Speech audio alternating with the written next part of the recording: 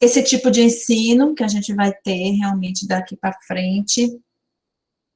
E, mais uma vez, agradecer ao professor Diego, ao professor Abimael, por estar aqui, ter topado essa aventura com a gente.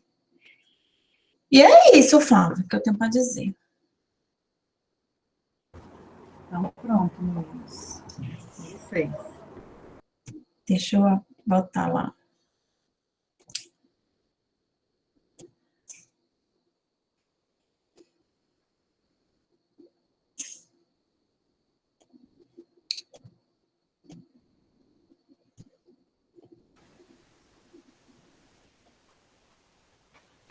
O Abimael abriu o microfone primeiro, então ele começa. Bom. Deixa eu fechar o meu, peraí. Pode começar, Abimael. Não, eu só ia dizer, agradecer, né? Hoje estamos no nosso terceiro encontro aqui nesse debate entre a gente, entre eu e Diego, e vocês também, vocês dois estão fazendo parte do debate. Quero dizer que tem sido muito bom. Eu acho que está sendo muito gratificante participar desse projeto de vocês. E hoje a gente vai para a nossa última dose, né, Diego? Hoje estamos chegando a esse final, né, desse momento assim para a gente estar fazendo essas discussões sobre a realização de uma pesquisa acadêmica. Muito obrigado às meninas pelo convite, está sendo muito bacana, principalmente porque eu estou usando muita coisa, porque eu estou desenvolvendo o trabalho, né, acadêmico, estou nessa reta final da conclusão do doutorado na escrita. E como é abordagem qualitativa, né, esse vai e vem, então, esse momento ele está sendo reflexivo também nisso, de ajeitar umas partes e tal, porque querendo ou não, a gente vem para cá, né, aí a gente tem que rever uns pontos, até mesmo para poder fazer uma melhor apresentação no sentido daquilo que a gente consegue observar de importante e relevante. Só que, assim, sempre é muita coisa, né, então a gente tenta, pelo menos, destacar aqueles pontos principais. E é o que a gente vai estar passando hoje nessa dose final em relação às técnicas, né, voltadas à coleta e análise do que foi apanhado pela pesquisa.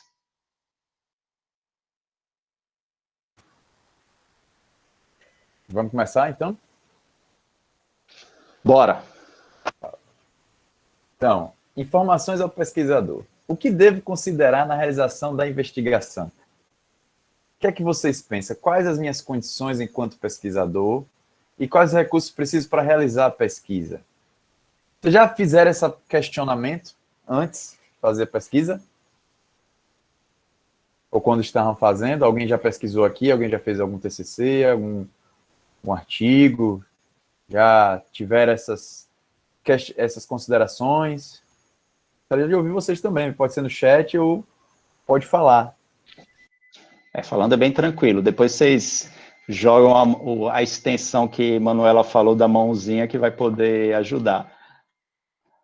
Mas assim, como a Marisa já está aí colocando as contribuições dela, né, que essa questão do mais ou menos em relação a gente sempre está fazendo essa referência, né, esses questionamentos, né, e realmente é curioso isso, né, a gente não sabe ao certo se a gente está fazendo corretamente, né, Marisa?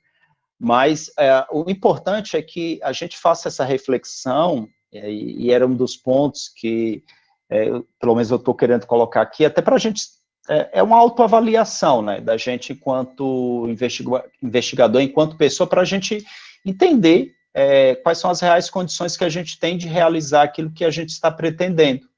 Então, seria justamente da gente dizer e esperar do que está tendo em termos de realizar essa pesquisa, né?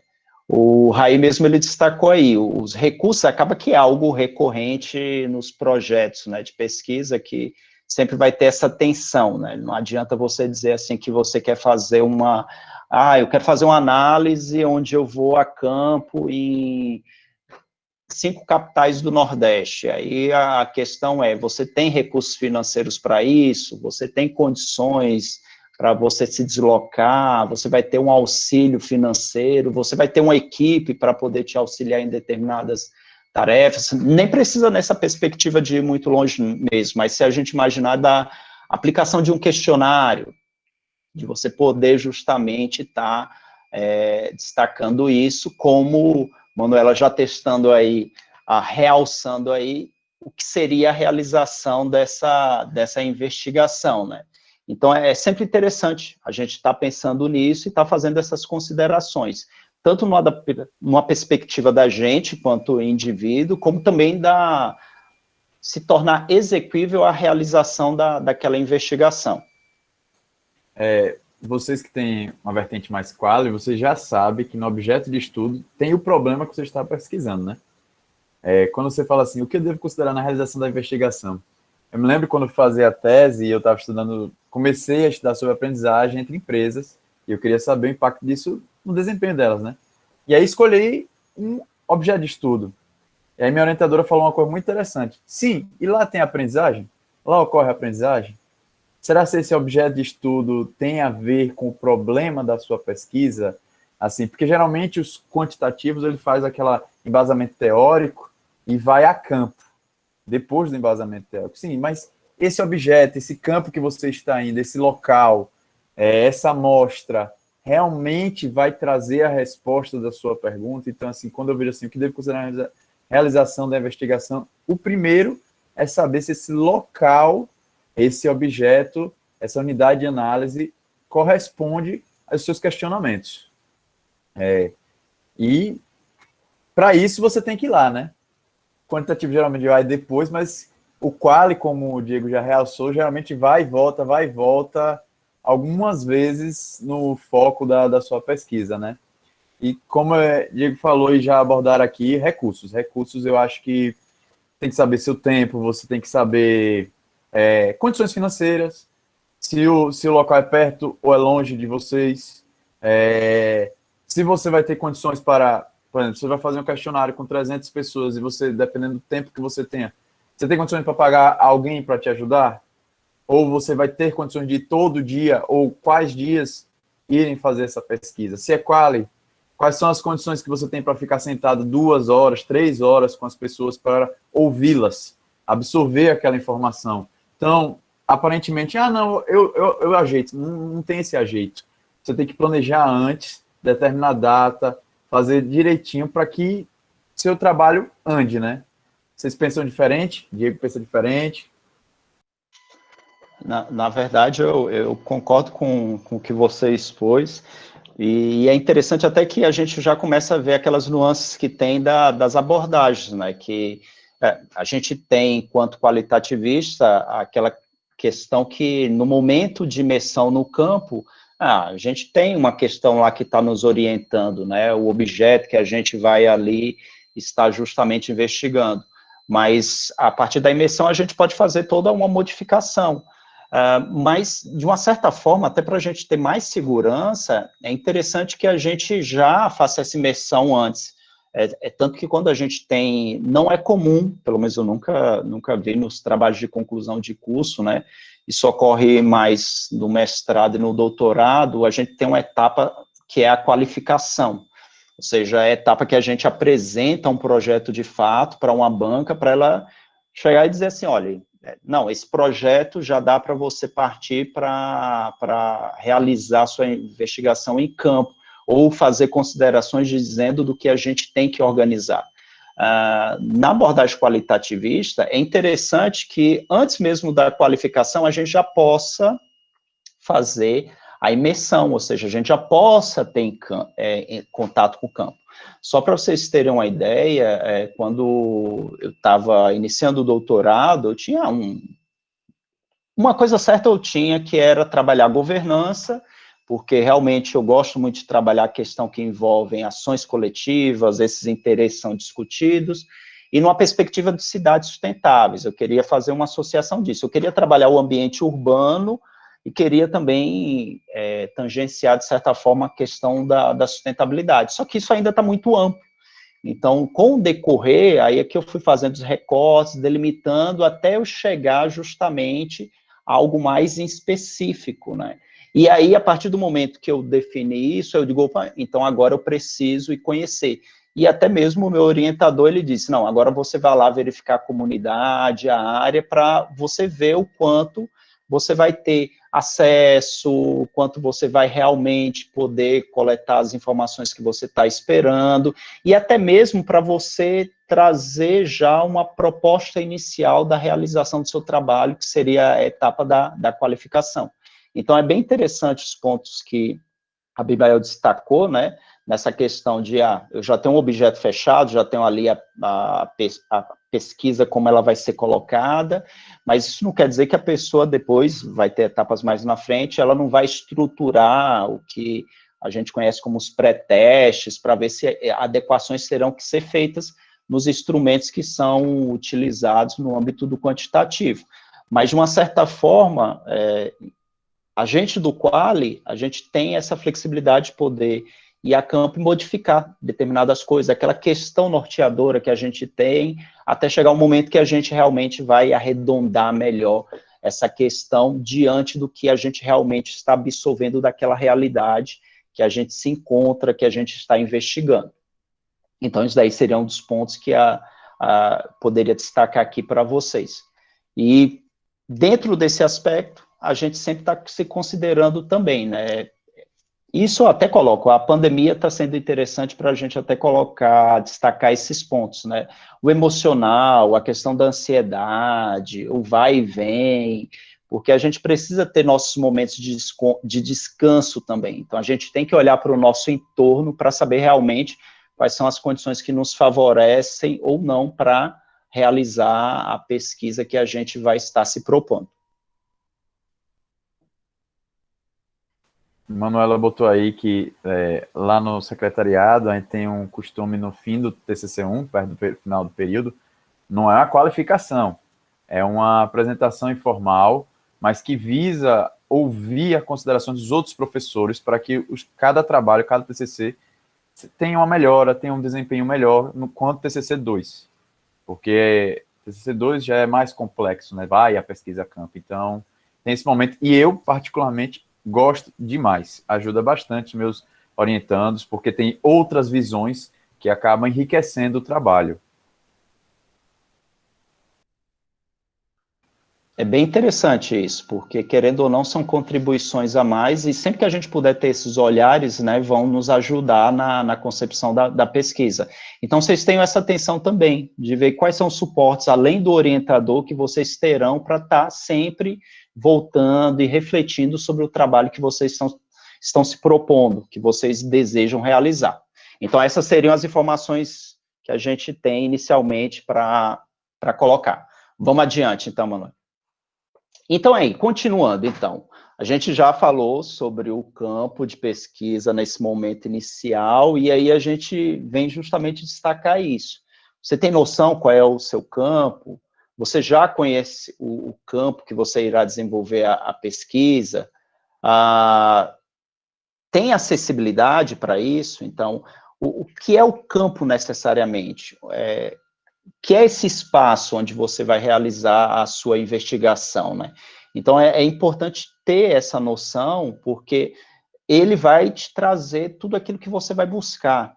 E, enquanto qualitativista, então, é essencial, porque é ali onde você vai estar se deparando com aquela realidade, que depois você, ao apresentar as informações que você coletou, você vai colocar a sua interpretação diante daquilo que você já estabeleceu como um norteador, como categorias iniciais, ou a partir da imersão que você fez no campo, novas categorias vão surgir. Lembrando sempre disso, né, que por mais que a gente tenha uma flexibilidade na realização do quali, é necessário que nós tenhamos a nossa sistematização para realizar a investigação. E aí é importante a gente também se ater a isso, né? Como é que a gente vai ao campo? E aí, Abimael, como é que foi sua entrada no campo? Como foi esse momento e essa experiência no campo? Então, né, é muito importante falar do campo, porque o campo, assim, quando quantitativo, é ele que vai fornecer os dados, ou seja, é ele que vai fornecer o que você vai analisar e como vai analisar. E a gente fala assim, o que é o campo? Porque a gente tem que saber limitar esse campo. Quando a gente fala quantitativo, geralmente a gente quer generalizar, a gente tem que saber de fato o que a gente está querendo estudar. Eu estava querendo estudar a PL quando eu fui fazer minha tese, e também quando eu fiz a dissertação também estudei arranjo produtivo local, que é uma forma de organização de rede de micro e pequenas empresas aqui do Brasil. Sim, mas qual é o campo? Onde eu vou estudar essas empresas? Porque minha unidade seriam as empresas, né? Mas onde que eu vou encontrar essas empresas? Em que local eu vou encontrar? Qual é o foco? Qual é o contexto onde ela vai estar inserida? Por exemplo, ela está inserida, já está em crescimento, essa organização em rede está em crescimento, está falindo? Como é que está isso? E aí tem essa pergunta que é muito importante, eu já conheço, que aí não pode cair de paraquedas nos lugares. Gente, olha, se a gente vai fazer uma pesquisa, imagine, eu vou fazer uma pesquisa com as empresas.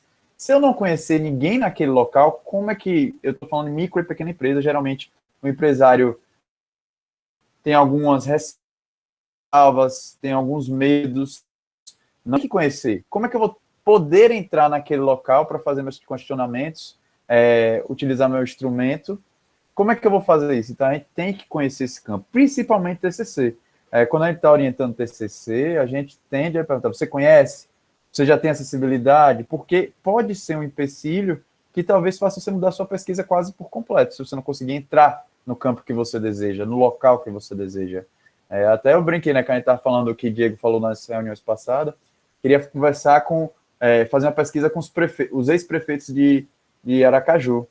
Sim, você consegue chegar a esses ex-prefeitos, você tem contato com eles? Então, conhece esse local, esse agrupamento que você está querendo pesquisar?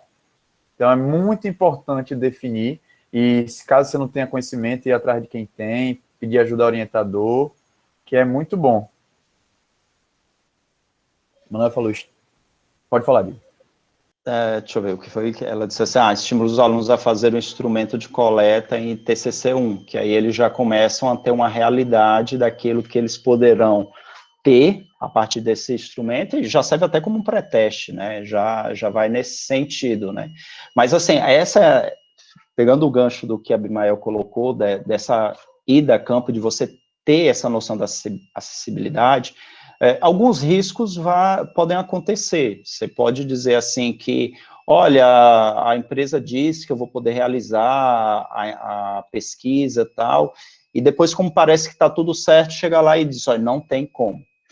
Já teve um caso, por exemplo, de um aluno que desejava fazer a percepção dos clientes de uma agência bancária. Então, a princípio, ele iria ficar dentro da agência e tal, mas aí depois disseram que a política do banco não permitia e tal. Aí, estrategicamente, o que foi que ele fez? Para não anular a pesquisa como um todo, ele ficou na calçada, né, um ambiente público, tal, não sei o quê, e condicionou o fato das pessoas estarem saindo ou entrando no banco como clientes. Então, ele partiu desse princípio para ter acesso aos questionários. Logicamente que também vai ter aquela questão, né, de a predisposição da pessoa para poder responder ou não, e aí eu coloco para vocês uma prática minha, que foi quando eu trabalhei com a percepção de funcionários de uma loja de departamentos, e a gerente foi super solícita, tal, eu tive acesso com a minha amiga na época para realizar a pesquisa, e nós fomos para o refeitório. E o interessante também é que vocês vão começar a ver como é importante, às vezes, você terem apoios para realizar determinada pesquisa. Que, assim, se dependesse só da gente ficar ali no refeitório, muitos funcionários olhavam para a gente e corriam, já não queria. Aí a gente conseguiu proximidade com alguns funcionários, que aí a gente chegava a dizer lá, faltava tantos questionários ainda para a gente atingir, né, aquela amostra que estava ali, determinada pelo universo de colaboradores que tinha loja de departamento. Aí esses funcionários iam lá e pegavam eles, os colegas dele de trabalho, e levavam para lá, tal, não sei o quê, e assim a gente conseguiu atingir.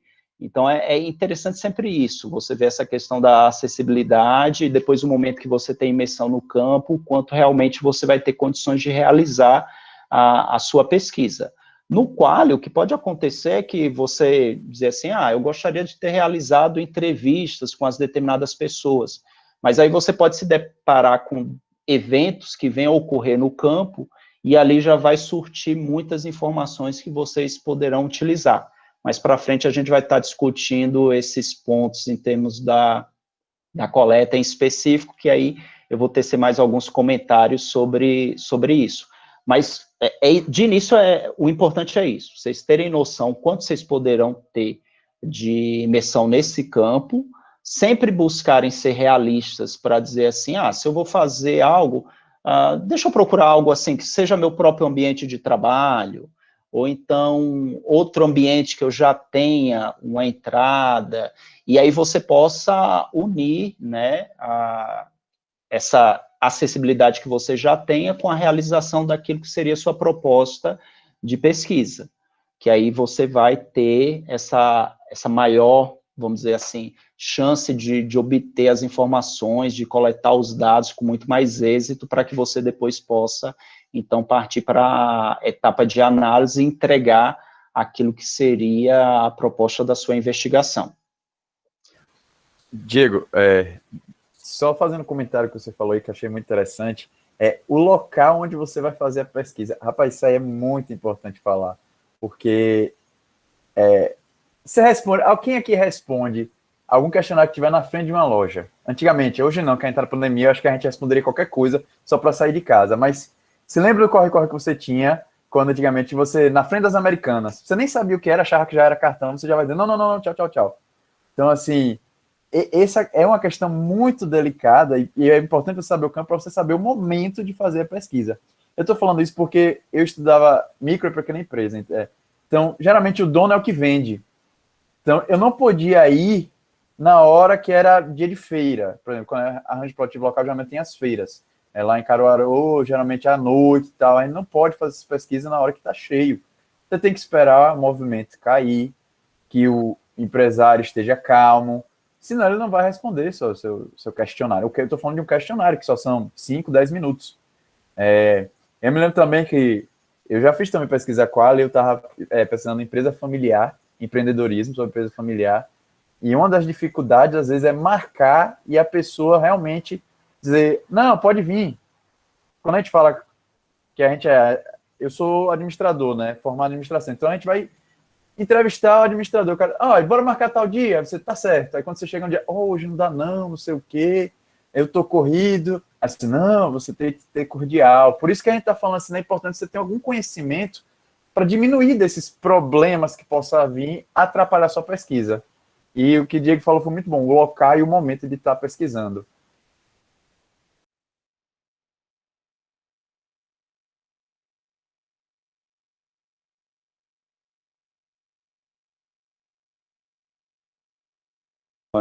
Falha aqui, porque falando e o microfone desligado. Nossa, eu me lembro às vezes que eu estava mandando mensagem no WhatsApp, depois era que eu ia perceber que não estava ativado, e eu disse, vou ter que mandar tudo de novo, e agora? Então, o questionamento, né, que a Alessandra colocou aqui é bem interessante, né, que ela disse o quê? Que ela procurou determinar seu tema a partir dos dados que ela já tem descontados, mas mesmo assim ela tem uma certa dificuldade em delimitar. Provavelmente, procure ter atenção, então, quem são esses contatos? O que é que eles têm em comum que fizeram, na verdade, você os buscar? O que é que seu tema trata? Que aí você fazendo essas conexões, esses cruzamentos, aí você já vai conseguir, de uma certa forma, delimitar melhor o que seria a sua pesquisa, o que é que você está buscando. Então, já tem atenção para isso, que aí, a depender do tema, você diz assim, eu tenho alguns contatos, aí, digamos assim, que seu tema é sobre gênero, eu vou buscar todas as amigas, porque eu quero saber a questão do poder atribuído à figura feminina, a questão justamente de ver problemas que são associados pelo fato do gênero, aí pode ser que isso daí já venha a ajudar, né? E o Agenor, né, participando aqui, ele disse que já respondeu alguns questionários, né, e depois ele se arrependeu pelo tempo. É interessante isso, porque eu, na condição de investigador, né, eu também recebo muitos questionários para responder, né, e eu sempre me prendo a isso, de dizer, eu lembro da época que eu tinha dificuldade para alguém responder, eu vou lá e respondo, mas isso é algo que a gente também vai ter que considerar, né, na hora da gente imaginar a forma como a gente vai utilizar determinadas técnicas para que a gente tenha acesso à coleta dos dados, a gente tem que tentar se colocar na posição do outro. qual seria a disposição que a pessoa teria para ficar ali respondendo aquilo? E, logicamente, você tem que ter ciência do quanto realmente o seu questionário terá que ser abrangente, a sua entrevista terá que envolver, o tempo que você tem que colocar. Tanto que é interessante a gente pensar, né, nessa questão, a Abimael até já colocou, quando ele falou da pesquisa sobre empresas familiares, a questão do empreendedorismo, a disponibilidade da pessoa para realizar a entrevista. Se eu for pensar numa forma sistematizada do Quali, aí vai dizer assim, não, primeiro você vai, conhece o campo, você conversa com a pessoa, tal, depois você vai e volta para realizar a entrevista. Muitas vezes, aquele primeiro contato que você tem com aquela pessoa, é melhor você já estar ali preparado, de uma certa forma, a depender de como você observe a situação, de puxar o celular e dizer assim, eu gostaria de fazer aqui uma entrevista com você, tal, você permitiria, tal, e aí você já está coletando aquelas informações que você considera pertinente para estar realizando a sua pesquisa. Muitas vezes você não tem essa volta, então, muitas vezes você não tem, é até interessante isso, porque quando eu destaquei na semana passada, a gente ter uma atenção para não se amarrar demais a um determinado método, porque pode acontecer de você não ter aquela disponibilidade do entrevistado, né, ao sujeito da pesquisa, dele realmente permitir que você vá lá, faça um primeiro encontro, depois retorne, faça outro encontro, vá e volte. Não é sempre que a gente consegue ter essa disponibilidade. Então, assim, agora que a gente está falando aqui de técnicas e instrumentos, a gente tem justamente, tendo essa noção prévia do campo, se ater a isso, né? O que seria mais adequado? Então, essas técnicas, quais seriam elas que eu devo utilizar? E aí vão ter dois momentos que a gente vai ter o emprego dessas técnicas, né? A gente vai ter uma etapa que a gente vai realizar as técnicas aplicadas à coleta, ou seja, para a gente ter acesso e obter os nossos dados, e depois nós vamos ter técnicas que vão ser específicas para a gente poder realizar a análise dos dados. Então, técnicas para coleta, técnicas para análise. Abimael, o que é que você tem a colocar sobre isso? Antes de entrar aí, eu queria que a gente respondesse algumas coisas aqui, porque vai mudar um pouco o foco, né? Cristina falou que fez pesquisa com narrativa autobiográfica e ficou 2 horas só escutando. Mas antes ela perguntou aos colaboradores se podia ficar uma tarde. Realmente, como vocês sabem, tem tempo, né? E eu concordo com a resposta que a professora Flávia falou aqui para a Alessandra, né? Com relação a quando está com dificuldade de limitar o tema, o problema. Às vezes falta realmente leitura. Leitura nunca é demais quando você está fazendo uma pesquisa científica. E aí, Diego, lançaram uma pergunta para você. Nesse momento de intervir com algum entrevistado, ainda é preciso tempo para pedir a participação dele com a assinatura do termo de consentimento, não é? Isso nem sempre é fácil. Tem, e eu vou dizer que isso é bem problemático, viu? Porque mesmo a pessoa assinando o termo, ela pode depois dizer para você que não quer que se coloque nada disso na pesquisa. É um risco que isso pode ocorrer.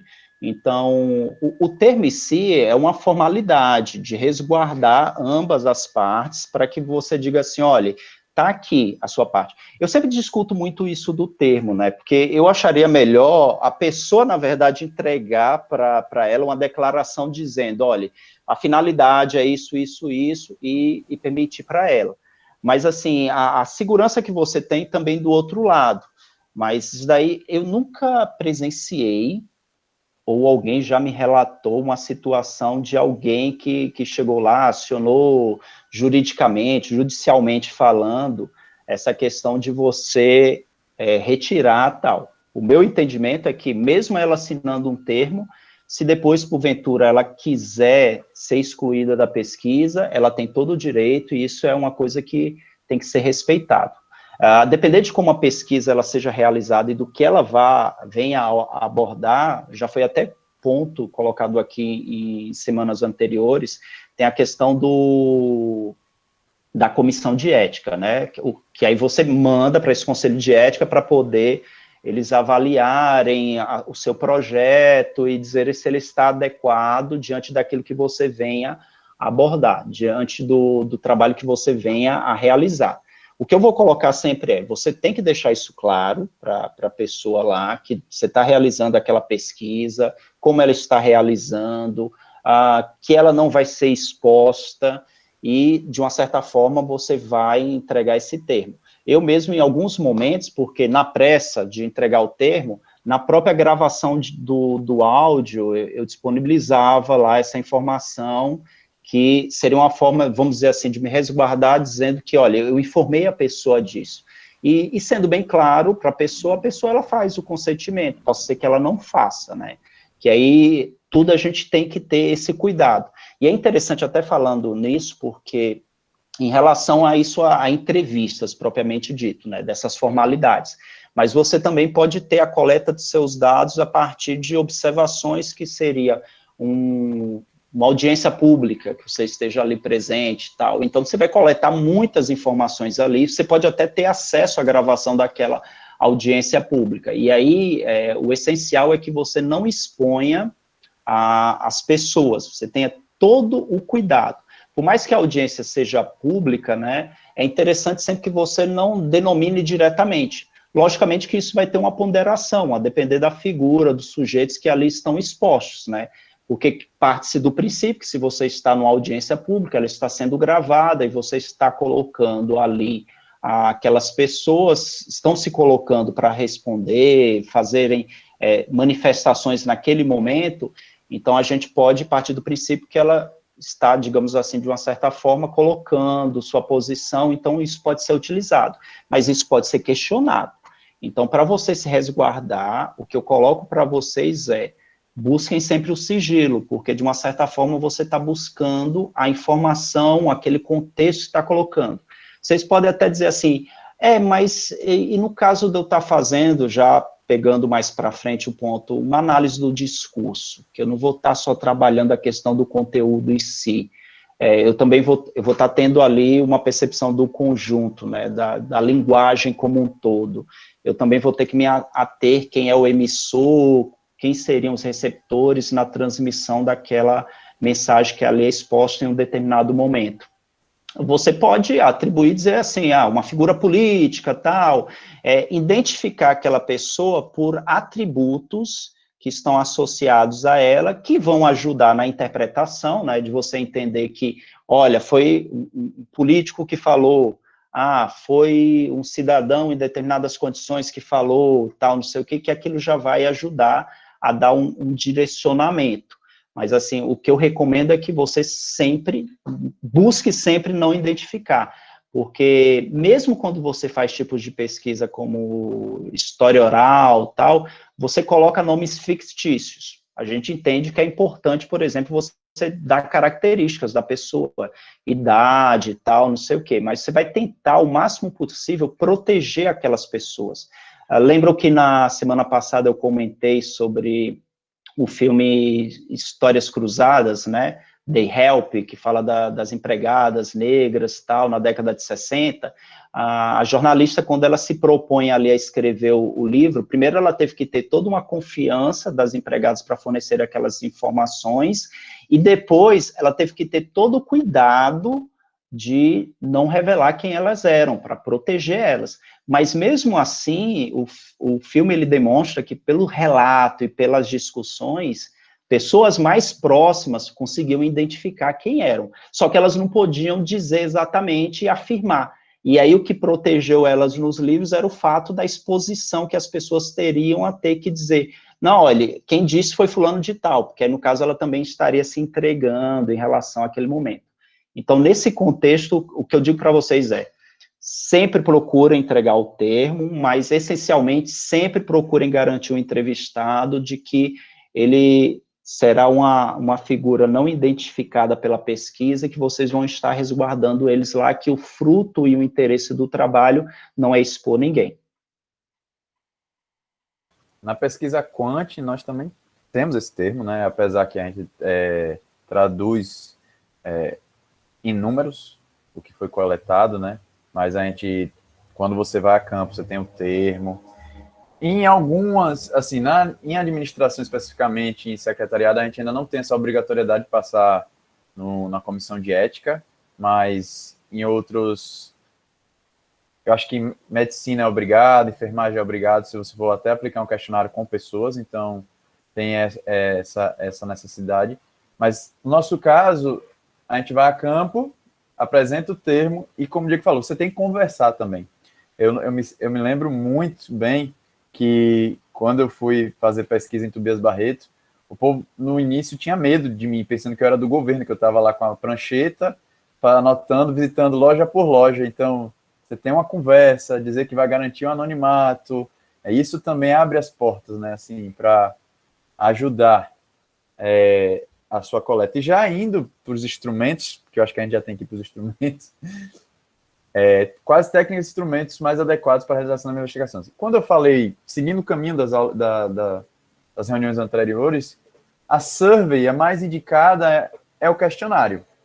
Aí, Diego, vou pedir para começar a falar um pouco mais do questionário, porque o questionário não é tão simples quanto parece, né? Assim, se quiser, você pode passar para o próximo slide, que aí a gente já... Não, uma coisa... não, pode voltar, porque volte. E agora eu fiquei na dúvida, porque os dois falam 2 pontos interessantes. Eu vou falar do questionário, já vou passar próximo, Diego, desculpa. Não, tranquilo, à vontade, é um bate-papo. A gente está aqui numa conversa mesmo, interagindo, a pesquisa flui, o qualitativista aceita isso tranquilamente. Que bom, que bom. O questionário, geralmente, quando você vai conversar com estatística, ele vai dizer, olha, faça um questionário de perguntas fechadas. O qual ele já vai me olhar assim, perguntas fechadas, só com algumas opções. Você está enviesando total a pesquisa. E é um ponto, que você só vai dar algumas opções. Por quê? Porque a gente vai coletar em grande número, depois a gente vai ter que codificar esses resultados e depois analisá-los. Mas o questionário, que eu quero falar aqui, não é você fazer um referencial e do nada fazer um questionário. O questionário, prioritariamente, para ser perfeito, você tinha que fazer um questionário do zero, tentar validar esse questionário, mas nas pesquisas não dá tempo. Até uma dissertação pode ser a validação de um questionário e dizer que aquele questionário realmente, o que é que eu estou fazendo quando eu valido o questionário? Isso tem testes estatísticos, isso tem todo um pressuposto por trás. O que é que isso quer dizer? Que ele realmente coleta as informações para aquele tema, do que você está desejando. Mas caso você não tenha tempo para isso, como é que você pode construir um questionário? Como é que você pode desenvolver o questionário? Uma forma muito comum é você utilizar questionários já aplicados em pesquisas empíricas. E aí você vai pegar a variável e aqueles questionários e citar, por favor, lembre disso, de citar as pesquisas na hora da metodologia, de dizer, eu peguei essa parte, eu adaptei essa parte de tal estudo, eu fiz... Aí você vai dizer, mas está validando? Não está validando perfeitamente, mas ele já está... algumas partes do seu questionário já está validado por outros estudos. E você cria uma defesa do seu questionário, se você for defender ou publicar, dizendo, olha, já pesquisaram aqui, já pesquisaram ali, e eu vou utilizar para isso, eu adaptei para o meu contexto, eu adaptei. Então, questionário não surge do nada, é o primeiro ponto que eu ia falar. E aí você tem que prestar atenção em alguns detalhes do questionário. Se você vai usar a medição nominal, ordinal, intervalo, o que é isso? Se você vai pesquisar, por exemplo, dando um exemplo bem tranquilo, eu gosto de comida, né? Qual é o seu prato preferido? Aí você bota lá feijão, macarrão, carne, isso é nominal, você está dando nome e a pessoa vai marcar. Se ela é ordinal, se você vai botar uma escala, como é a escala? Geralmente, todo mundo que é aluno da UFES, no final do período, vocês analisam de forma uma escala, como foi a aula do professor, como foi cada parte. Aqui não é escala. E também tem intervalo, de tanto a tanto. Por que eu estou falando e dando essa importância a esse detalhe? Porque o próximo passo, que é a análise, vai depender de como foi medido, como foi mensurado os seus dados. Não adianta você mensurar de uma forma e querer analisá-lo de outra. Não tem como. E aí, por isso que eu sempre bato na tecla. Quando você souber que você vai fazer um quant, converse com o estatístico, que ele vai ajudar no direcionamento do seu questionário. E outra dica que eu dou, muito importante, não façam questionários longos. Quantos aqui gostam de responder questionários que tem 5, 10 páginas? Eu mesmo fico agoniado, porque você passa uma, passa duas, assim, meu Deus, não vai acabar não, é? E imagine quando você vai a campo. Imagine se é na internet. Na internet é um problema você deixar e o cara começa e não faz mais. Eu já vi até alguns dando assim, não, vai ter um sorteio de alguma coisa, para que o pessoal faça até o fim o questionário. Porque cansa, apesar de ser rapidinho, mas você está perdendo tempo. Tem gente que não gosta de perder esse tempo. Então, preste atenção como vai ser seu questionário e a forma que você vai aplicar também. Se vai ser na internet, se vai ser no papel, se vai ser com tablet. Por que eu estou falando isso? Porque se você botar no papel, a forma mais clássica, você depois vai ter que passar para o computador. Então, são 2 trabalhos. Se você usa um tablet, se você usa um SurveyMonkey, um sistema, o Google Forms, você tem que saber se está coletando as informações mesmo, para não perder os dados. Ter ido a campo, coletou 50 e depois perdeu os dados. Então, tem todos esses detalhes sobre o questionário. Desculpe se eu peguei muito tempo, viu, Diego? Só em um ponto, porque eu sei que você tem diversos outros. Não, pode ficar tranquilo, porque muitos dos pontos que vocês passam, mesmo sendo uma perspectiva quântica, não quer dizer que a gente também no Quali não venha a ter esses cuidados, e é interessante isso, né? Por exemplo, na semana passada a gente estava falando da importância do diário de campo, né? Eu até estou com o meu diário aqui, um dos, né? Porque eu tenho esse e tenho esse caderno aqui. Então, assim, quando a gente fala do diário de campo, né, a gente está dizendo o quê? É o instrumento que você vai ter no momento que você está coletando os seus dados, para que você possa colocar apontamentos, orientações. Então, partindo de uma forma prática, né? Imagina que você está numa audiência, e aquela audiência, ela demora 4 horas. Então, assim, vamos partir do princípio que você não vai transcrever as 4 horas, porque você ainda tem muito outro material acumulado.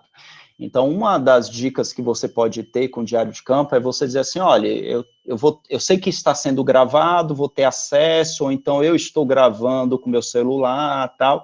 Então, seria o quê? De você chegar lá, o dia tal, a audiência tal, ela foi iniciada nesse momento, tal. E você ali está acompanhando a audiência. Então, você pode muito bem chegar lá e dizer assim, olha, mais ou menos no momento tal, esse sujeito da pesquisa, esse ator social, ele fez essas considerações e falou. Isso já vai lhe ajudar muito na hora de você ter o apanhado do seu material para você já saber onde você pode ir direto. Logicamente, assim, que se você tiver sempre a condição de fazer toda a transcrição, vai ser muito melhor. Eu estou dizendo isso por uma questão prática, né, da minha situação, que, assim, só para vocês terem uma ideia, eu tenho 10 entrevistas, nisso tenho praticamente 9 horas de gravações, eu participei de 4 reuniões do Conselho de Saneamento, cada reunião do Conselho de Saneamento dura em torno de 2 horas, eu fui para reuniões com associações comunitárias, teve reuniões da frente parlamentar, teve uma que eu fui que era com os tutores de bairro, que aí foram 4 encontros que começavam das 2h30 da tarde, iam até às 7 horas da noite. Aí imagine você dizendo assim, olha, eu vou transcrever tudo isso. Aí, sendo bem honesto e franco, se você puder fazer isso, ótimo. O essencial, quando você tem o auxílio do diário de campo, é justamente que você pode otimizar de uma certa forma, onde momentos que você já pode direcionar e pegar e realizar a transcrição. Você vai assistir a audiência toda novamente, você vai ouvir o áudio todo novamente, mas você pode se ater já a esses enxertos que você quer tirar, esses fragmentos que você quer destacar para que você venha, então, realizar a confecção do seu texto. Então, isso daí já seria uma dica nesse sentido. Agora, se você tem um número, vamos dizer assim, mais acessível de informações que você venha a transcrever, é sempre mais pertinente e interessante que você realize toda essa transcrição. Até mesmo se você estiver pensando numa proposta de, vamos dizer assim, dentro da própria análise de conteúdo, você quer pegar um termo em específico. Aí, se você quer saber se aquele termo é o que ele mais aparece e tal, é necessário que você tenha todo o conteúdo transcrito, né? Ou então, eu quero ter realmente o contexto ali, como ele se coloca. Então, você tendo a transcrição completa, ela vai possibilitar isso. Mas, a depender do material que você venha manusear, você consegue, pelo auxílio do diário de campo e da observação que ali você está realizando, fazer esses apontamentos, e aí você chegar a direcionar de uma certa forma, você já ter o alcance daquela parte que você vem a indicar. Isso vai se distinguir, por exemplo, se você está falando, é muito bom quando você se utiliza hoje de novas mídias, né? O WhatsApp mesmo, que você tem a possibilidade de exportar toda a conversa, então ali você já vai ter o acesso a todo aquele texto, os momentos, aí você sempre vai ter que estar lembrando de uma coisa, que mesmo nessas situações é interessante você ter o diário de campo, porque, imagina, eu acompanhei um grupo em WhatsApp desde abril do ano passado e ainda eu o acompanho até hoje, então é mais de um ano. Você receber uma informação no WhatsApp naquele momento, você sabe que ali tem todo um contexto, tem toda uma situação, então você poder ter seu diário de campo para poder destacar, olha, nesse dia tal, estava essa percepção, tal, isso que você conseguiu aprender, então você já colocar aquela informação, porque tudo isso vai ter um ganho em termos de riqueza de informações que você poderá atribuir à sua análise, na hora que você vier a fazer a interpretação desses dados. E uma atenção sempre, né? Quando você estiver delimitando, né, e a depender de como você venha fazer o apanhado dos documentos, você tem uma noção do volume desses documentos, para que você possa saber justamente o que você vai ter capacidade de analisar. Eu acho interessante isso, porque no terceiro ano do ensino médio, uma professora, ela já tinha de história para a gente fazer uma pesquisa, tal, e a gente foi no arquivo público, né, daqui de Aracaju, né, e ter o acesso a um dos principais jornais de circulação, né, na época, e a gente pegou um ano em específico, como ela queria falar sobre a questão do período militar, né, da ditadura de 64 no Brasil, a gente já se centrou mais para o final, né, e o ano que eu escolhi foi justamente o ano que eu disse, eu nasci nesse ano, então vai ser esse ano. E isso porque, quando a gente se deparou com o volume de jornais, aí imagine uma publicação de um jornal diário, e eu digo que eu peguei um ano, quer dizer que você tem 365 jornais para analisar, 366 se for um ano bissexto, né? Então, você tem que ter essa noção também do volume desses documentos, porque, assim, quanto mais acesso você tiver, mais informação você vai ter, mas você tem que saber suas limitações enquanto investigador para realizar aquilo, por isso a importância de entender os recursos, também o tempo que você tem para responder, para realizar a sua investigação e responder o seu questionamento de pesquisa. Então, isso são pontos que você tem que considerar. E na observação, o que a gente tem para destacar é aquilo, sua observação é uma observação direta, é uma observação participante, no caso, é uma observação indireta. É interessante que você sempre coloque no texto como essa observação ela foi feita, né? No caso da abordagem qualitativista, o interessante é que, depois que você teve a imersão, você vai lá e diz, olha, a observação aconteceu dessa forma, tal, que aí você vai ter uma noção de como ela foi feita. A não ser que você já tenha uma proposta inicial em termos de método, que necessariamente você já sabe que vai ter uma imersão em campo de forma participativa. Você vai utilizar a pesquisação, então você vai usar a etnografia, aí você diz o quê? Não, mas eu vou ter uma imersão de fato, onde essa observação vai ser participativa. Você pode fazer também o etnográfico de uma forma sem ser participativa, distante você está observando. A questão aí, tanto serve para observação como para entrevistas, é que você tem que ter aquela capacidade, de uma certa forma, de imergir no campo e fazer com que aquela realidade, por mais que ela seja modificada, mas o que é que eu poderia colocar aqui para você? Para que ela se torne uma vontade,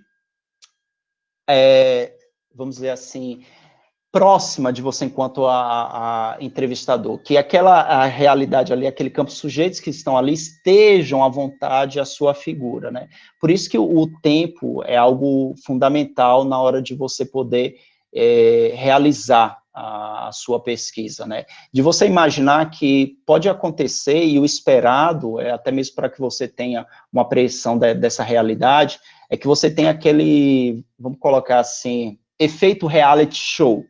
Você sabe que está gravando, ó, estou aqui participando do reality show tal, não sei o quê, mas vai chegar um momento que você vai esquecer das câmeras. Então, você está realizando uma entrevista com a pessoa, então você tentar deixar aquela pessoa à vontade, no sentido que ela possa colocar os dados de uma melhor maneira, da forma que ela se sinta confortável naquele ambiente. Então, é importante isso, você sempre, ao realizar a entrevista, você ter esse cuidado de proporcionar o melhor ambiente para a pessoa, que ela possa sugerir o horário, que ela possa sugerir o local, porque aí, de uma certa forma, ela vai estar na sua zona de conforto. Então, isso é importante, necessário para que você possa, de uma certa forma, coletar as informações da melhor maneira possível. E na entrevista, no Quali, aí sempre vai ter aquela questão de dizer assim, tá, então eu vou com a entrevista estruturada, semi-estruturada, como é que eu vou para essa entrevista? Logicamente que, a depender do tempo e da forma, se você puder já ter uma estrutura, uma sistematização, isso já vai lhe ajudar muito.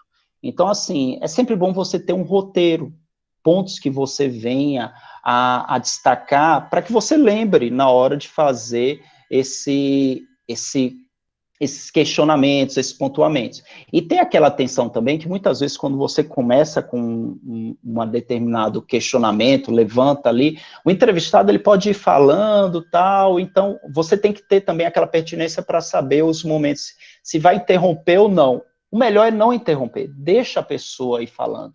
Quando ela der a sua pausa, você perceber que ela já não está colocando mais informações, tal, aí sim, você observa algo que ela ainda não tenha destacado e você retoma um questionamento. Em história oral, a gente precisa ter um cuidado muito grande em relação à forma como a gente vai realizar essas entrevistas, porque o nosso objetivo ali não é induzir a pessoa que está sendo entrevistada, mas é você fazer os questionamentos e ela poder fazer suas colocações. Logicamente que não existe garantia nenhuma que a pessoa ali ela vai estar sendo verdadeira, tal. A gente vai partir do princípio que sim, ela vai estar expondo aquelas verdades. E existem várias técnicas que podem ser utilizadas na hora de você poder realizar esses estudos, e teve um aqui que eu achei muito interessante, participando do Congresso de Administração, né, o Encontro Nacional de Administração, ENAMPAD, foi em 2018 em Curitiba, que eu fui assistir a apresentação de um trabalho, e o trabalho era sobre assédio moral e assédio sexual, né? Assédio de uma modo geral, e era relacionado a 3 figuras femininas, né? Que elas relatavam isso. Então, vejam como é uma temática delicada, e eu achei interessante como foi feita a coleta dos dados. E achei forte, né? Porque você imaginar que o entrevistado, para tratar de um assunto tão delicado, dessa natureza, ele ter feito isso. O que foi que o pesquisador ele fez? Ele passou uma orientação inicial para uma das entrevistadas, né, que ela achou melhor ela gravar no momento que ela achasse mais adequado, sem a presença tal, e disponibilizar o áudio da gravação. Então, eu achei interessante e forte o fato, assim, de imaginar uma pessoa, ela ter que estar ali naquele momento, falando sobre um assunto tão delicado, né, e, ao mesmo tempo, a estratégia que foi utilizada, né, da pessoa ter mandado orientações, e a pessoa ela foi lá e gravou o seu depoimento. Então, ela foi e realizou essa gravação e depois disponibilizou esse áudio. Eu achei bem interessante assim, porque é isso que se espera, você na condição de investigador, né, você fornecer os melhores meios e condições para que a pessoa ela se sinta à vontade na hora de realizar essa pesquisa, né, ou seja, você saber como realizar, a Cristina mesmo, ela topou aqui, fazer a escuta é sempre bom, e a Alessandra, ela destacou aqui que vai usar bastante a etnografia documental, porque os documentos, por mais que a gente diga assim, mas os documentos já estão ali, postos, tal. Primeiro a gente tem que lembrar que o documento, ele não necessariamente é apenas o escrito, né, você pode ter fontes documentais de outras maneiras, vídeos já gravados e por aí vai, que eles vão permitir mais informações nesse sentido, e os documentos, de uma certa forma, eles vão se fornecer muitos dados. Agora, o cuidado que se precisa ter, que é a primeira vez que eu ouço, na verdade, a utilização de documentos na questão da etnografia, né? Essa etnografia documental. Eu nunca tinha tido contato com nenhuma. Mas, assim, de entender que os documentos, eles propõem toda uma narrativa, toda uma concepção, você pode extrair ali para você obter informações. Mas, assim, já entendendo que, como a gente está falando da etnografia, você quer aprender uma realidade social de um determinado grupo, os documentos, por si só, eles também vão ter esses limitantes, né? Agora, se forem gravações, audiovisuais, de cena, tal, eles vão propiciar, de uma certa forma, esse acesso. Mas, assim, de um modo geral, o que a gente pode observar aqui é que a gente tem várias técnicas, vamos passar adiante agora a análise, porque já são 27, né, e o tempo ele vai passando. Eu vou deixar até a Abimael falar agora, porque é uma forma de eu descansar a voz, porque a gente vai falando, se empolga, né, e é importante ter esse bate-bola. Bom, na parte da análise, eu até estava conversando com o Diego quando eu vi os slides, que ele botou como... Foi aleatório, viu? Ele botou de forma aleatória. Organização dos dados. Eu estava dizendo ali, rapaz, isso é imprescindível como primeiro ponto depois da coleta. Você organizar seus dados.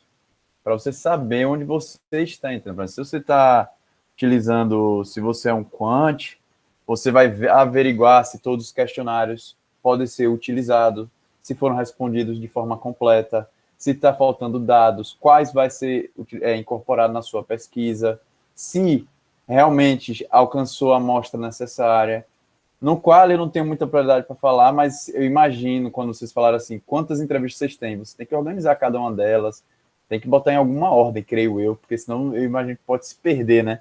Tanta coisa que o entrevistado pode falar, né? E aí, indo para a estatística, análise de dados, como eu falei desde o início, e análise de dados é a continuidade de como você coletou. E por isso é importante você ter um estatístico. Porque a partir da sua pergunta é que você vai saber qual a melhor estatística para responder aquela pergunta. Por que eu estou falando isso? Porque se você está fazendo uma pergunta que você quer diferenciar dois grupos, por exemplo, saber se um grupo se dá bem e outro se dá não tão bem, se existe diferença entre esses grupos de pessoas ou grupos de empresas. No meu caso, das empresas que estão formado em rede, organizado em forma de rede, ou as empresas que são sozinhas. Então, você tem que ter dois agrupamentos, você tem que fazer um questionário que tem uma pergunta que divida esse grupo. Por quê? Porque aí você vai poder fazer uma regressão, você vai poder fazer uma teste de hipótese, que você vai comparar dois agrupamentos para saber se existe uma diferença entre eles, se aquele tema que você está pesquisando realmente vai ser alcançado.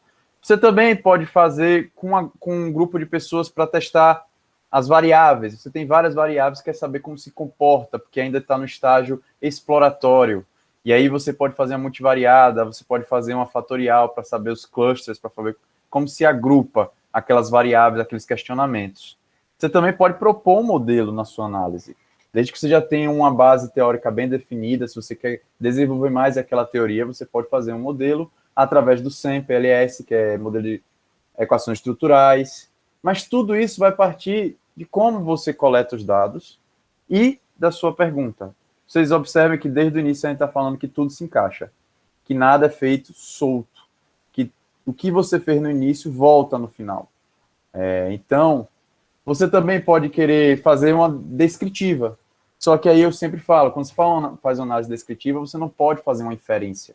Você não pode dizer que tende a algo. Você só pode dizer que ocorre daquele jeito. E eu, geralmente, quando a gente quer fazer uma pesquisa científica, a gente quer atestar de algum ponto, né? Quer destacar alguma forma. Você também pode fazer Social Network Analysis, que é quando você está estudando rede, para ver quais são os pontos mais fortes, os pontos mais fracos, qual é o caminho mais curto.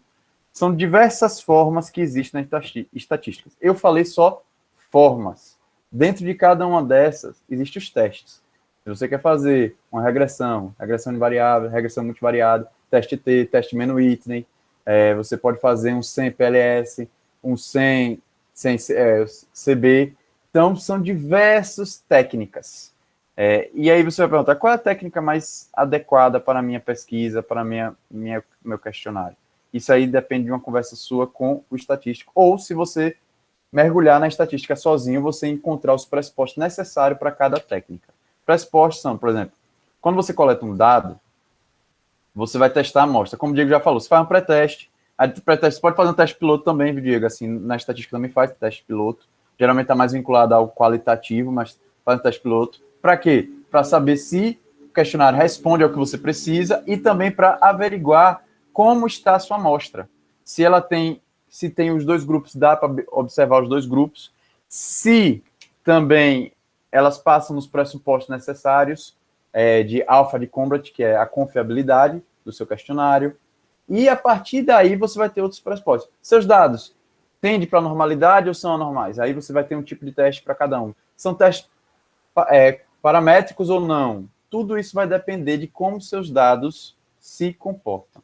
Eu falei um monte de coisa aqui, bem específica. Eu sei que deixei muita gente com um pouquinho de medo, mas não é tão difícil. É porque, como eu falo desde o início, quando a gente vai abordar a estatística como metodologia, ela é muito extensa. Ela é um ponto que é uma graduação, formação, pós-graduação, doutorado. E tem muitos detalhes. E sobre softwares aqui, deixa eu só falar um pouco sobre software. Quem vai fazer quantitativo tem que ter um software. O mais conhecido na academia é o SPSS. Ou o Excel também. Olha, não subestime o Excel. O Excel é uma ferramenta muito, muito boa. É que às vezes a gente não utiliza todo o seu arsenal que o Excel tem. Mas o SPSS é o mais conhecido dos estatísticos. E ele tem uma page bem amigável, ele tem um layout bem amigável, então é mais fácil de você, é só ponte e clicar. Mas existem outros, você vai ouvir falar do R. O R é um sistema que é programação, que também faz análise estatística, entre outros. Vou deixar o Diego falar um pouquinho. Diego, você já descansou um pouco. Falar um pouquinho das outras. Eu uso o Excel. Aí muita gente vai dizer assim, nossa, você usa o Excel? Sim, quando a gente fala de organização dos dados, na abordagem qualitativa, a gente tem que realmente ter um cuidado imenso de organizar a pilha de dados, informações que a gente coletou. E aí eu digo assim, eu uso o Excel como software para poder identificar os entrevistados, porque como eu estou colocando códigos para identificar cada um deles, então, para justamente saber se ele já apareceu no primeiro momento e tal, eu uso também para, à medida que eu tenho as categorias vão emergindo, ou se você já tem categorias pré-definidas na base do seu quadro referencial, de você pegar e dizer assim, na entrevista 1, olha, isso que ele falou tem a ver com essa categoria aqui, isso outro tal, não sei o quê, e você vai preenchendo. Você pode fazer isso também em um software de escrita, né? Você vai lá, tira, ou então você pode fazer diretamente, a depender de como você fez a transcrição, aí você deixa lá mesmo no editor de texto. Eu gosto porque eu acho mais bonitinho gerar o PDF e depois sair marcando, porque aí você pode fazer as marcações, pode colocar as observações de lado, tal. Eu tentei, ao máximo, escapar de imprimir papel, tal, é um desafio meu para tentar, vamos dizer assim, fazer esse lado de colaborar, já que a gente tem tantas, vamos dizer assim, instrumentos tecnológicos que propiciem, então estou utilizando nisso. Então, essa forma de você utilizar o software, eles vão te ajudar a arrumar as ideias que vocês estão tendo acesso, os dados que vocês estão tendo acesso. Tem softwares específicos para trabalhar o Quali, né? O NVivo, o Atlas TI, tem um agora que é francês, que ele é liberado, é gratuito, né? O acesso, mas vocês têm que ter atenção de como vocês vão utilizar esses softwares, porque muitas vezes eles vão estar baseados na questão, por exemplo, de termos-chaves. E o termo por si só, ele pode até te ajudar a localizar. Por exemplo, eu tenho minhas transcrições lá, eu jogo lá na busca um determinado termo para localizar, porque eu estou lembrando, eu lembro dessa passagem aqui, onde é que está exatamente? Isso eu digo para vocês porque eu tenho entrevista que quando eu fui fazer a transcrição, né, de uma entrevista, tem 12 páginas. Se eu comentei aqui, a exportação da conversa do WhatsApp do grupo, ela dá 100 páginas, então aí você tem esses termos em mente, porque você fez uma leitura, né, a leitura flutuante, que já já a gente vai falar de Bardhan na análise de conteúdo, e você já sabe o que é que está ali disposto. Então, para você ter agilidade, você vai lá, digita tal. A atenção que eu coloco para vocês a utilizar sempre softwares, é que determinados softwares, por exemplo, eles vão obrigar que você padronize a forma como você vai inserir o texto. Vá lá, ajeite e tal, não sei o que, bonito, para ele poder rodar direito. Atenção para os termos, porque eu posso fazer bonitinho, uma nuvem lá, os principais termos. Você está me dizendo naquela nuvem que aquele termo ele aparece mais vezes. Só que o contexto, a situação que vai aparecer aquele termo, aí você tem que voltar no texto, onde ele aparece e observar. E aí é onde você vai ter justamente essa atenção, a atenção na hora que você vai utilizar determinada análise. Para diferenciar, basicamente, a análise de conteúdo e a análise de discurso. A análise de conteúdo ela é muito conhecida por Bardhan, né, porque ele vai tentar sistematizar, né, Bardhan, ela, é bom deixar bem claro nisso, né, agora está me fugindo o primeiro nome.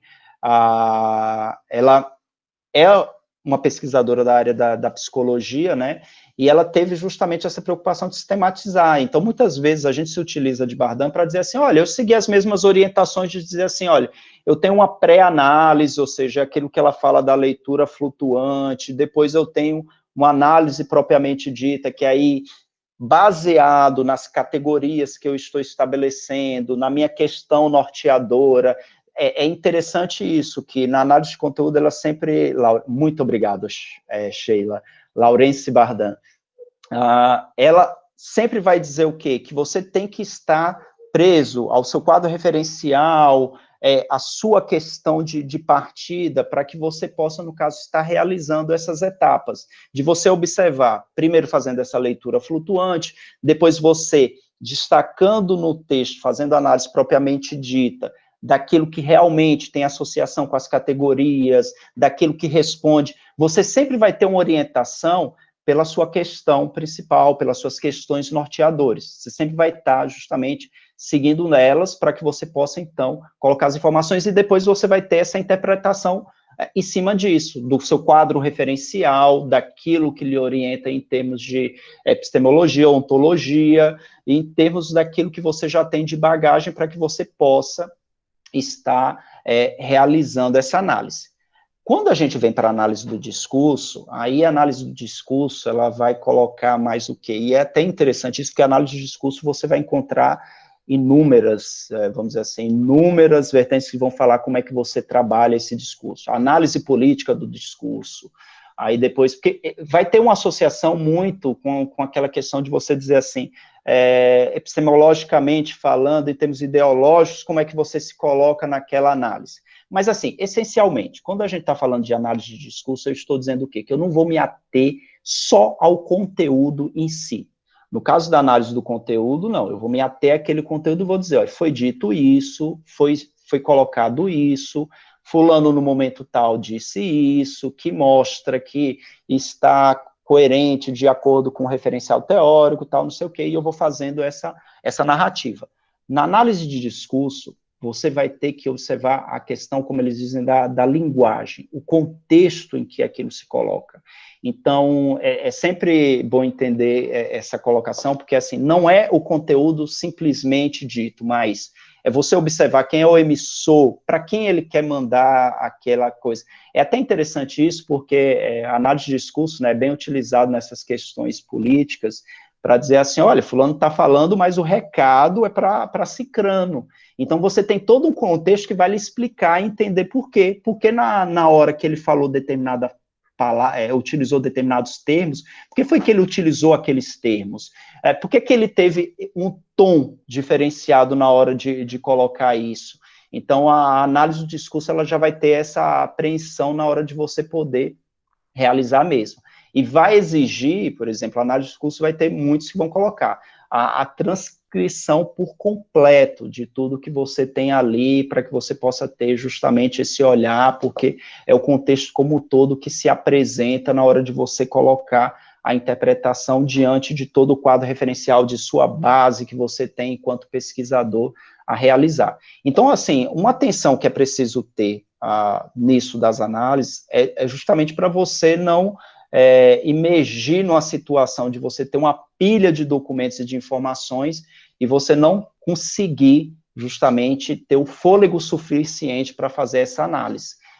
Aquilo que a gente até na semana passada a gente falou da teoria fundamentadas em dados, né? A saturação, né? Nossa, será que eu já coloquei toda aquela informação necessária e por aí vai? Então, isso daí são essas atenções que vocês vão ter que ter na hora de você ver se realmente eu vou estar conseguindo atingir essa proposição no sentido de você dizer, olha, eu estou realizando uma análise de discurso ou estou realizando análise de conteúdo. E, querendo ou não, no momento que você está ali em campo, você está justamente se deparando com determinadas situações, é sempre interessante como vai se construir a sua percepção. Eu digo isso porque eu estou bem no momento da narrativa, né? Então, é interessante eu lembrar, assistir uma audiência que eu participei. Então, eu estava lá fisicamente participando. Tem outras audiências que eu só estou assistindo. Então, a apreensão daquele contexto é totalmente diferente, né? A Flávia destacou, né, que é importante o diário de campo, pois o contexto em que a entrevista ocorreu, a forma. Perfeito, Flávia. Você ter o diário de campo também nessa orientação, de você lembrar que determinado fato aconteceu. É até interessante isso do diário de campo, que para a gente não perder o fôlego, se a gente puder, sempre que estiver ali anotando, fazendo as observações, e um momento próximo, você já poder ir lá e fazer um relato seu mais detalhado, daquilo que você observou, daquilo que você teve contato, você vai ganhar também mais informações, porque quanto mais tempo você for passando, aquilo de dizer, a gente não pode confiar na nossa capacidade em termos de memória, de ficar com todas aquelas informações. Então, quanto antes você já puder, pelo menos, fazer uma organização melhor daquilo que você está ali colocando no seu diário de campo, vai também te ajudar nesse momento de analisar e de você conseguir ver as informações que ali estão presentes. E agora a gente vai passar para o próximo slide, né, para a gente poder já indo adiantando, que aí já vem a organização do texto. Vamos lá, Abimael, começa contigo, só para me dar aquela descansada.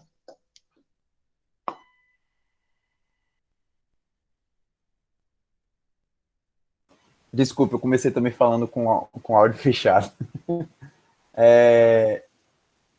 Tem que se atentar a algumas coisas, né? A gente tem a ABNT por trás, né, da organização do texto da gente aqui no Brasil. A ABNT rege, mas ela não rege todos os detalhes, aí vai dependendo do manual de cada curso. Cada curso tem um manual, adota um manual. Lembrar da redação do texto, geralmente usa na terceira pessoa, qualitativo usa na primeira também, né? Quando está fazendo alguns tipos de pode pesquisa, utilizar na primeira também. A gente geralmente quantitativo usa na terceira pessoa e a gente tem que ter muito cuidado de ser um linguajar muito claro, tentar não usar, como a gente fala no dia a dia, tentar deixar bem mais claro, bem mais acadêmico, bem mais estruturado.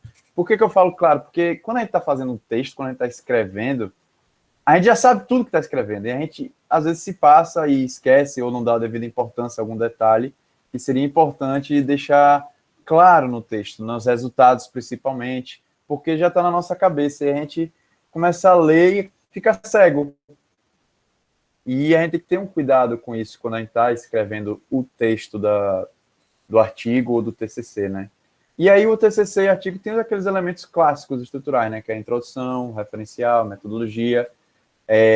No Quant, os estudos mais recentes, vocês vão ver pelo menos que na análise ele divide em duas partes. Resultados, que eu já abordei, já falei aqui, discussão e, por fim, considerações finais ou conclusão. Tem alguma coisa a dizer, Diego, sobre essas partes que eu falei? É interessante esse ponto que você colocou. Na redação, então, quando a gente fala do trabalho quali, né, que é como você vai apresentar a sua narrativa. Então, assim, os trabalhos qualis, eles são muito famosos, assim, pelos tijolos que eles são, né? Então, eu sempre me questiono, até, porque você não pode chegar e dizer assim, é uma pergunta que é sempre recorrente, né, nos trabalhos acadêmicos. Quantas páginas meu trabalho tem que ter?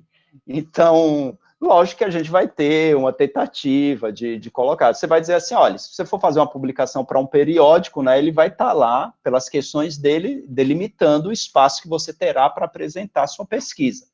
20, 15, 25 páginas e tal.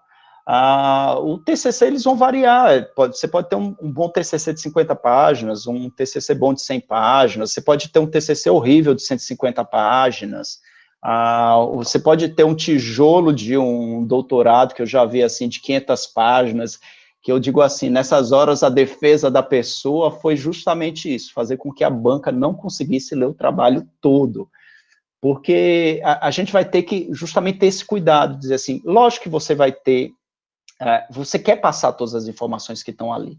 O Quali tem meio aquela coisa de dizer, pelo menos eu sinto isso, de você dizer assim, mas se eu não disser isso, vai parecer que eu não li, eu não mostrei para chegar ali e tal. E aí vem justamente nossa capacidade de síntese, de você realmente poder fazer e colocar o relato necessário para que a pessoa que esteja lendo, ela alcance aquilo que realmente você quer colocar em termos da interpretação pela realização da sua pesquisa. E é preciso ter atenção também quem é que vai ler o seu texto, né? Então, assim, você pode tratar de uma mesma temática, voltados para qualquer, vamos dizer assim, qualquer segmento, mas se eu estou na academia, eu imagino assim que são os meus pares que vão ler e tal, então eu já vou ter uma noção. A Sheila falou em termos de quantidade de páginas de uma tese. É interessante que agora já está tendo até algumas formatações diferenciadas de tese, né?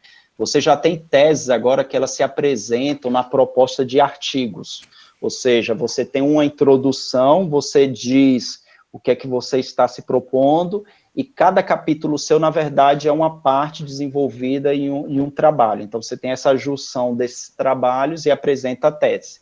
Eu digo isso porque o programa de pós-graduação em contabilidade lá na Federal de Santa Catarina trabalha isso. Eu, pelo menos, eu estou utilizando... Desculpe interromper. Pode falar. Que exatamente, eu até levantei a mão para testar aqui, viu, Manuela? Não, eu não baixei a extensão. Eu não tenho a extensão, eu não vi a mãozinha. Tá, mas fale, Abimel. Sobre essa formatação que você falou de tese, minha tese foi nessa formatação de artigos. Eu costumo dizer que eu te interrompi porque você, desculpe, que ela é boa e ruim. Uhum. Ela é muito boa porque você já está ali pronta para submeter nos artigos, que é o fruto da sua tese, você quer submetê-los. Perfeito. Mas ela é ruim porque você tem um desafio, que cada artigo você tem que escrever o referencial teórico. Como não ser repetitivo? Se você tem 2 artigos com metodologias similares, como não ser repetitivo? Então, ele tem um desafio, e o grande desafio é os artigos conversarem entre si, ter uma linha do tempo. Então, quando ela fala de quantidade, minha tese não teve 160 páginas, a minha tese foi considerada curta, bem pequena. E foram 5 artigos e eu me defendi. Quando você fala que alguém se defende 400 para que ninguém leia, eu me defendi de que eu não podia ser tão extenso porque eu estou fazendo artigos para a revista, não podia ser mais do que 20 páginas. Senão, não dá para submeter. Hoje a gente tem uma limitação de 8.500 palavras, geralmente, com 20 paginações. Então, existe esse detalhe. Desculpe, pode voltar a falar, Diego. Não, foi ótima a intervenção, porque você trabalhou na prática algo que está sendo muito comum, já está surgindo, é recente, né? E, lógico, eu sempre me questiono nisso, né? Porque eu acho interessante a forma como está sendo destacado, mas também eu fico dizendo assim, tomara que não venham com, vamos dizer assim, uma nova roupagem do salame size, né? Aquela coisa do produtivismo. Mas aí você disse qual é justamente a importância. A tese está na capacidade que você tem de mostrar que os artigos conversam entre si, eles têm esse eixo, não é simplesmente você chegar e dizer, agora eu estou fazendo isso, dizer, porque tratam do mesmo tema, não é isso, é tanto que você vai ter lá na introdução, sua questão que vai orientar, tal, você vai ter uma referência disso, então eles têm que estar costurados nesse sentido, mesmo que depois para cada artigo em específico você venha a ter as suas especificidades, mas elas têm que costurar para você demonstrar. A tese, ela vai estar justamente nisso, nessa capacidade que você tem de mostrar a importância desses trabalhos como um todo, e aí, Abimael é o exemplo aqui de alguém que já fez, e aí a Federal de Santa Catarina, eu já vi isso, uma amiga também, eu já vi ela estruturando a tese dela no PRODEMA, que é o Programa de Meio Ambiente e Desenvolvimento e Meio Ambiente da Federal de Sergipe, e no exterior, na Europa, também está sendo muito comum eles utilizarem esse sistema. Eu estou trabalhando com a perspectiva de 200 a 250 páginas, mas é aquela coisa o quê? Eu tenho que ter um olhar, e aí nessas horas, a questão do cansaço, a poluição que você já tem de estar sempre trabalhando aquela mesma temática, tanto você como investigador, como quem está lhe orientando. Então, você busca auxílio de amigos próximos para que eles possam fazer uma leitura, tal, e perceberem o quanto está cansativo ou não. Logicamente que, a depender da temática, né, a pessoa ela vai ter, vamos dizer assim, um interesse maior em fazer aquela leitura, tal, sem sentir tanto cansaço. E aí é interessante isso, que você também busque o auxílio de pessoas que elas tenham uma proximidade com o tema. Nem sempre isso vai ser possível, né? Mas, de uma certa forma, você fazer com que tenham outras leituras para a pessoa perceber que a coisa está fluindo, né? E, logicamente, vai ter que chegar um momento que você vai ter que dizer e ter uma coerência de imaginar assim, alguém vai estar lendo aquilo. Então, se você quer que alguém leia aquilo, tenha também um alcance. Então, assim, eu mesmo estou trabalhando nessa margem, de 200 a 250, porque eu sei que eu sou prolixo, né? A tendência é até eu passar mais, né? Na qualificação eu entreguei 150 páginas, por aí você já tire, né? Eu já cortei umas 30 páginas, tal, não sei o quê, porque eu tive que voltar e sair revendo pontos, e agora, no momento da análise em si, eu estou fluindo, mas aí depois eu sei que eu vou ter que voltar e tentar cortar, só que cortar também é difícil. É isso mesmo, aí Tadeu tá em sintonia comigo. É doloroso cortar assim, porque você disse, mas como eu tive esse trabalho e tal. Mas aí eu me prendo o que aconteceu no mestrado, né? Algo que eu cortei, eu aproveitei depois. Então, nada é algo que se jogue fora. Você vai deixar ali guardado, tal, e você pode utilizar, e você também tem que se respeitar enquanto aquele que está sendo investigador, né, e aí procurar o apoio do orientador para ele dizer, não, tá bom, tal, vamos fechar nisso aqui. E uma questão, muitas vezes existem coisas que você está tratando no texto, mas elas podem ir como se fosse apêndice, então não tem aquela real necessidade de você estar colocando tudo que você transcreveu. Se você considera que é importante ter algo a mais daquelas transcrições, você coloque à parte e tal, mas logicamente que não dá para ir tudo do apêndice, a não ser que você coloque um apêndice assim, volume 2 tal, porque o volume pode ser muito grande, mas ele vai estar ali disponibilizado para que a pessoa que disser, não, eu tenho interesse de ir além, né, e é bom entender isso também, né, que aquele material todo que você realizou a transcrição, se outra pessoa ela vier aproveitar esse material, ali já vai surgir outra interpretação, a depender de como ela vem abordar o que você coletou. Mas, assim, eu estou trabalhando nisso, em torno dessas 200 páginas, pensando em uma tese.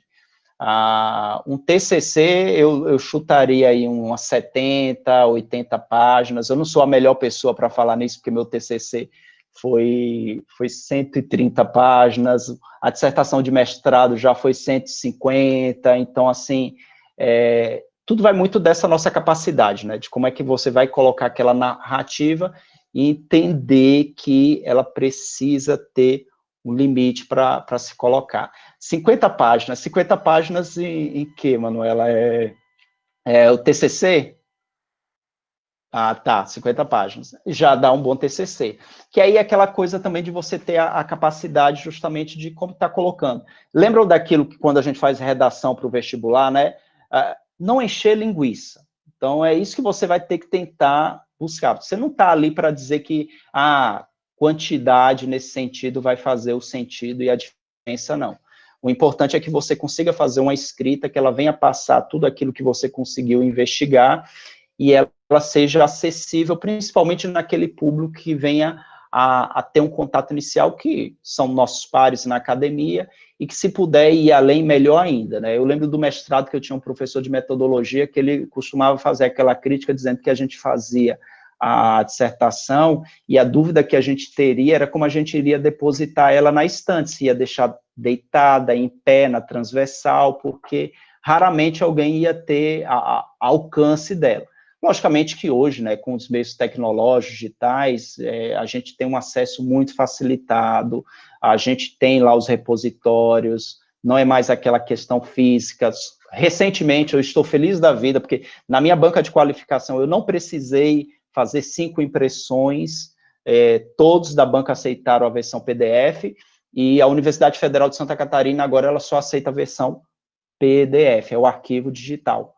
Acabou a história de você ter o físico e tal, até mesmo porque é uma questão de espaço, questão até mesmo ambiental, da gente imaginar que a gente já tem outras tecnologias e a gente não precisa fazer essa questão de imprimir. Eu estou me adaptando, porque eu ainda sou aquele preso ao físico, material, à folha, mas aos poucos eu já estou conseguindo fazer esse avanço, né?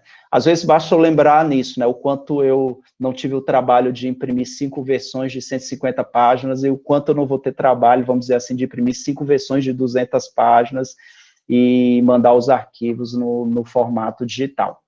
Então, por enquanto, por aqui eu me dou por satisfeito, vou colocar para Abimael para ver se ele tem mais alguma coisa para destacar.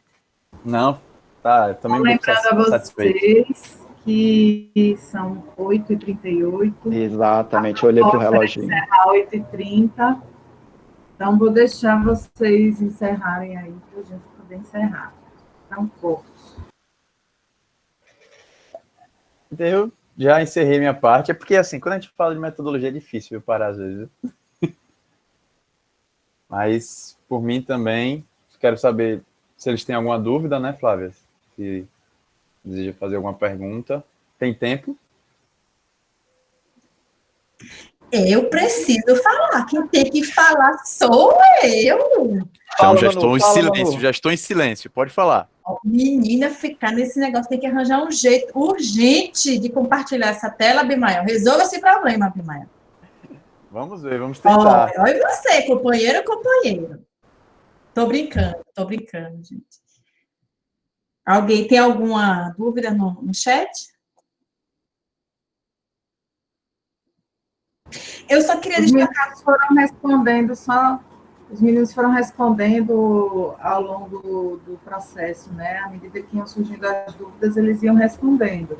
Mas o momento é agora. Se tiver mais alguma dúvida, lembrando que hoje é o nosso dia, vou deixar a Manuela destacar o que ela ia destacar.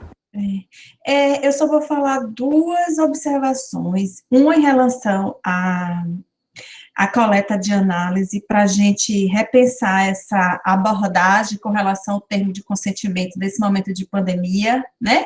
Como a gente vai fazer nas pesquisas online, pelo WhatsApp, como a gente já comentou. Nos questionários online já vem isso na primeira página, né? Para você dar um de acordo. Então, as pesquisas qualitativas também têm que se aprimorar nesse sentido. Eu já aconselhava meus alunos a não fazer somente a gravação no celular, ter o celular e um gravador digital, e agora teremos que ter um gravador digital no celular ou no aplicativo, né, que for utilizado. Eu acho que tudo isso que os meninos falaram precede de um protocolo de pesquisa. Então, se vocês arrumarem tudo isso de coleta e de análise, ele é um documento que chama, antes de ir a campo, protocolo de pesquisa, que realmente, geralmente, é uma parte que consta no projeto de pesquisa, no nosso caso, TCC1, né? Então, vocês organizarem toda essa informação, quem vai ser entrevistado, como, quando vai ser acessado.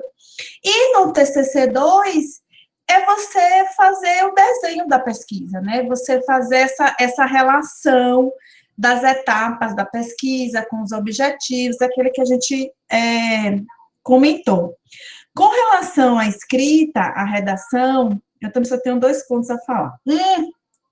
Para quem perguntou sobre a quantidade de página, eu costumo dizer aos meus alunos o seguinte: o problema de vocês não é escrever pouco. Tenham certeza. Então, nunca fiquem preocupados com isso, qual é a quantidade mínima, porque vocês sempre ultrapassam. Por que sempre ultrapassam? Porque a capacidade de síntese que o Diego falou, a Abimael também falou, é uma coisa que a gente adquire no treino, na experiência. Então, às vezes, o aluno de graduação escreve, né, faz aquele referencial teórico grande, e aquela análise de dados pequena, fica descompensado. Então, normalmente, eu não tenho problema com quantidade de página mínima na graduação, porque vocês estão iniciando essa escrita acadêmica. E o último aspecto com relação à redação, principalmente da pesquisa qualitativa, e aí já vale para os pesquisadores, né, intermediário para avançado, que são as publicações. Então, a gente tem muita dificuldade, muitas vezes, por esse desenho peculiar, que Diego foi muito claro em desenhar a pesquisa qualitativa, às vezes a gente não consegue se comunicar bem com os nossos pares. E aí, tem um grande índice de rejeição dos artigos, porque o desenho da pesquisa é cheio dessas idas e vindas. Você viu que a Abimael conseguiu dizer quais são os elementos da estrutura, discussão, resultado, conclusão. Normalmente isso não tem na pesquisa qualitativa. Eu, pessoalmente, já tomei muito na cara com relação a isso, mas existem também formas da gente vencer isso, né? Então, eu acho que aprender a sistematizar os dados, a fazer esquemas, a saber a qual par você quer falar, não qual periódico que melhor conversaria com você a partir dessa abordagem que você faz. Então, eu deixaria aqui essas colocações. E para terminar, a última mesmo, eu não sei se vocês estão se perguntando se há essas dificuldades que os meninos comentaram de acesso, de leitura de documento, de anonimato, de ser funcionário, ser pesquisador. Se alguém se perguntou, isso acontece na empresa ou também acontece no setor público? Se os meus alunos sempre perguntam, professora, o que a senhora acha que é mais fácil? Eu fazer numa empresa ou fazer numa organização pública. Então, eu acho que são os dois pesos e duas medidas mesmo, porque eu acho que esses entraves, eles podem acontecer em qualquer tipo de organização, se você não planejar bem aquilo que os meninos falaram lá naquele primeiro slide. E é isso, gente. Eu fico por aqui. Flávia, quer fazer alguma consideração? Não, eu não vou demorar muito para a gente não passar muito do tempo. Eu acho que as falas de hoje conseguem fechar, né? Eu gosto de retomar o que a gente discutiu logo na primeira aula. A gente tem que ter esse desenho. Você vê que a gente começou falando sobre o plano e os meninos encerraram falando sobre a estrutura também. A gente começou com a estrutura e a gente encerrou com a estrutura. Isso a gente está dizendo porque é o planejamento que é essencial. É você ter uma pergunta clara e definida e objetiva e, a partir dessa pergunta, sair traçando todos os outros caminhos.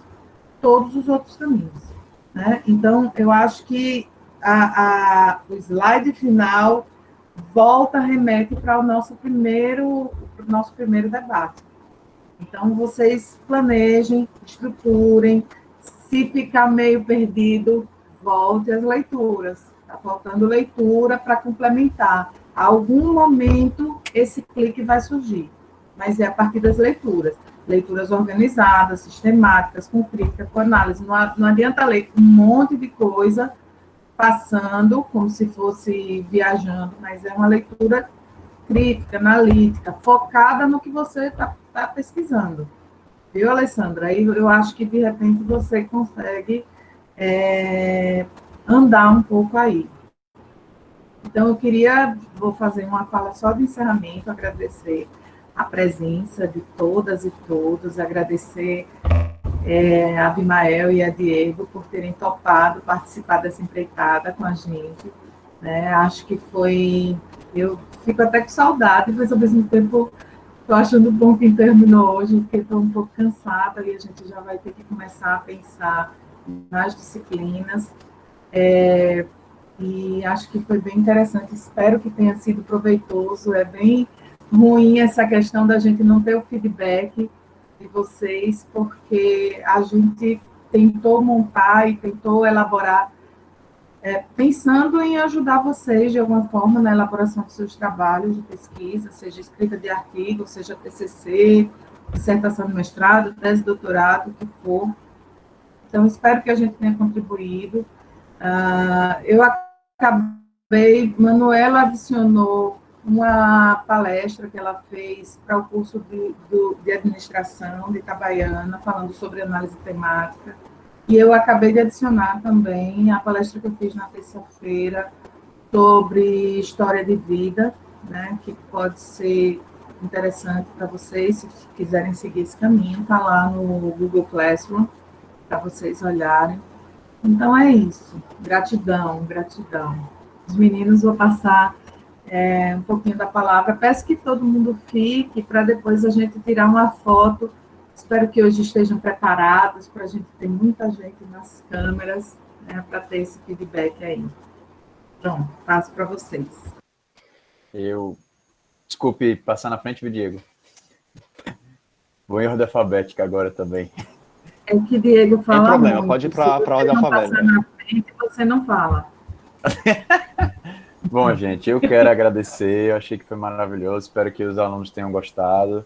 A gente tentou passar um pouco o nosso conhecimento e agradecer principalmente a Flávia e a Manuela por ter desenvolvido esse projeto, e a Diego, que foi meu parceiro aqui de discussão. Foi muito bom, acho que a gente conseguiu discutir muito bem, debater muito bem. Agora então, também foram muito. reuniões e reuniões até. Exato, porque exato. tem todo o plano de fundo, né, para a gente chegar, né, para sentir essa evolução até aqui. Mas foi muito bacana. Teve planejamento, assim como a pesquisa. Isso. Então, obrigado a Manuela, obrigado a Flávia, foi muito bacana ter esse contato, né? Principalmente assim, porque eu que estou chegando, né? Muito bacana você ter essa atmosfera, né? Porque são colegas, então a gente ter esse envolvimento e é bacana mesmo a gente tá nisso, né? Então agradeço a vocês, quem esteve aqui participando, quem tiver oportunidade de outros encontros, o mundo acadêmico é isso, né? Essa rede de contatos, a gente sempre vai ter os momentos. As meninas estão aí com outros projetos, né? De falar sobre também as questões da metodologia, das abordagens que a gente trabalha no meio acadêmico. Então, assim, muito obrigado e até uma próxima. A gente ainda tem muita coisa remota pela frente. Gostei que Manuela já veio com a exposição aí das dicas de Abimael das extensões, que eu vou ter que fazer isso também para poder já pensar nas aulas remotas. Obrigado, gente.